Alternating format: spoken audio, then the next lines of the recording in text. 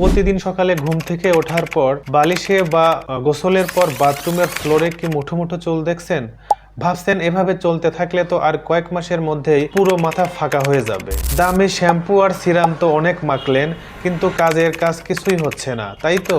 আসসালামু আলাইকুম। Herbal plan BD এর আজকের এই বিশেষ ভিডিওতে আমি আপনাদের এমন কিছু পরীক্ষিত 100% প্রাকৃতিক ঘরোয়া উপায় জানাবো, যা শুধু আপনার চুল পড়াই বন্ধ করবে না, বরং হারানো জায়গায় নতুন চুল গজাতে বাধ্য করবে। সমাধান জানার আগে আমাদের বুঝতে হবে চুল আসলে কেন পড়ে। জেনেটিক বা বংশগত কারণ ছাড়াও এর পেছনে 3টি প্রধান কারণ রয়েছে।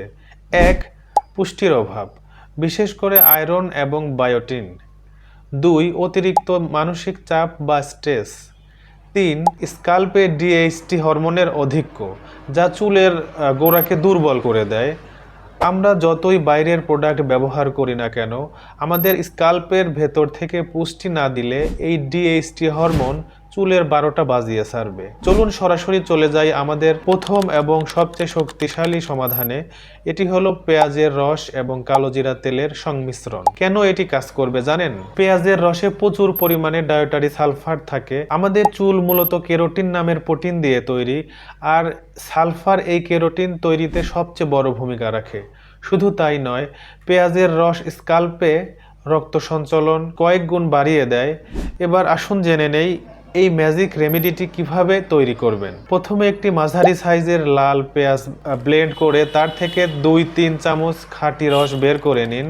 খেয়াল রাখবেন পেঁয়াজটি যেন অবশ্যই লাল হয়, কারণ এতে সালফারের পরিমাণ বেশি থাকে। এবার এই রসের সাথে 1 চামচ খাঁটি কালোজিরার তেল মিশিয়ে নিন। কালোজিরার তেল চুলের ফলিকলকে ভেতর থেকে মজবুত করে এবং নতুন চুল গজাতে উদ্দীপনা যোগায়। এই মিশ্রণটি তুলার সাহায্যে বা আঙ্গুলের ডগা দিয়ে স্কাল্পে ভালো করে ম্যাসাজ করুন।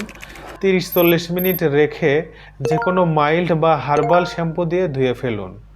সপ্তাহে অন্তত 2 দিন এটি ব্যবহার করলে মাত্র 3 সপ্তাহের মধ্যেই আপনি পার্থক্য বুঝতে পারবেন। যাদের পেঁয়াজের গন্ধ সমস্যা হয় বা যাদের চুল অতিরিক্ত রুক্ষ, তাদের জন্য আমাদের দ্বিতীয় সমাধানটি জাদুর মতো কাজ করবে, আর তা হলো মেথি এবং কারি পাতা।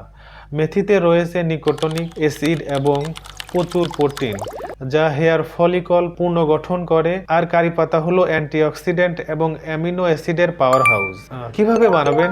একদম সহজ। আগের দিন রাতে 2 চামচ মেথি আধা গ্লাস পানিতে ভিজিয়ে রাখুন।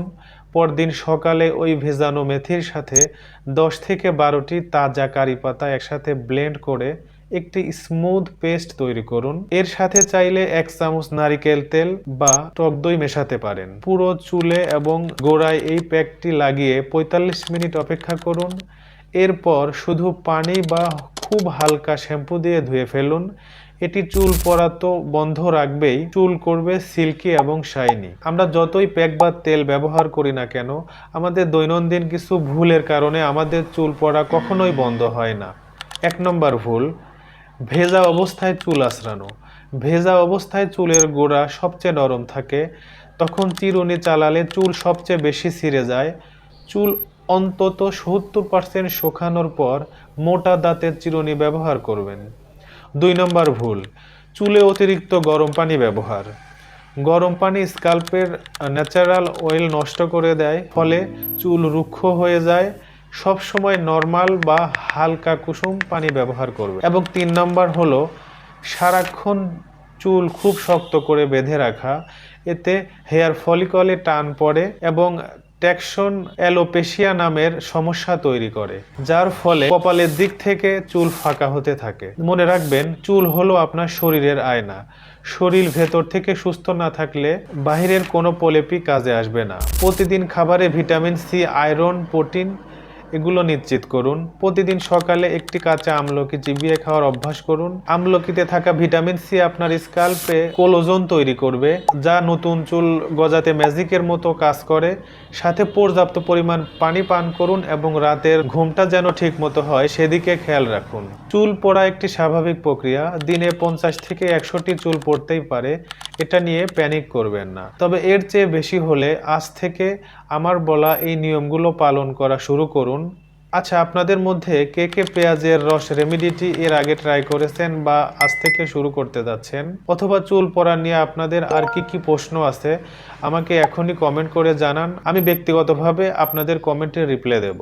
আজকের ভিডিওটি ভালো লাগলে এবং ইনফরমেটিভ মনে হলে অবশ্যই একটি লাইক দেবেন এবং প্রিয়জনদের সাথে শেয়ার করবেন। প্রাকৃতিক উপায়ে সুস্থ থাকুন, হার্বাল প্ল্যান বিধির সাথেই থাকুন। ভালো থাকবেন, সুস্থ থাকবেন।